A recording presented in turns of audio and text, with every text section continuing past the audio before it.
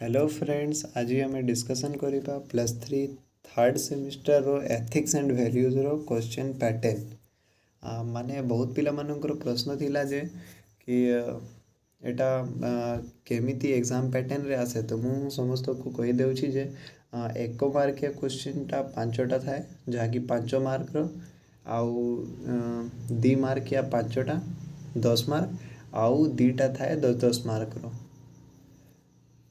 जहाँकि 25 मार्क्स रो total exam होता है।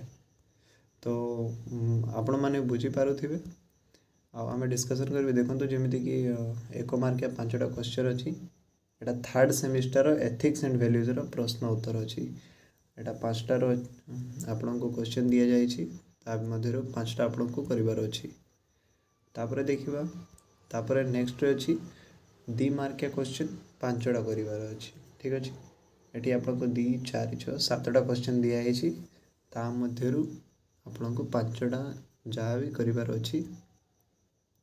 तापर देखिए आमको ये 3टा क्वेश्चन दिखाई मध्य 2टा करार अच्छी। 5 मार्किया 2टा क्वेश्चन आंसर करार अच्छी जहाँकि 250 वर्ड्स रे लिखिबार अच्छी। बुझीपारे 3टा मध्य 2टा लिखिबार अच्छी। भल कि देखी नियंतु एटा जनवरी मासरे हेइथिला परीक्षा 2024।